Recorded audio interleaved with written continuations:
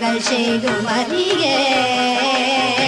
சத்குருவின் பாதார விந்தங்களை கண்டு சாஷ்டாங்க தண்டனறியே ஆனந்த பூமியில் அடியனை போல் மூட ஆட்சி நீ கண்டதுண்டோ அழகான காஞ்சியில் புகழாக வாழ்ந்திடும் அம்மை காமாட்சி உமையே அம்மை காமாட்சி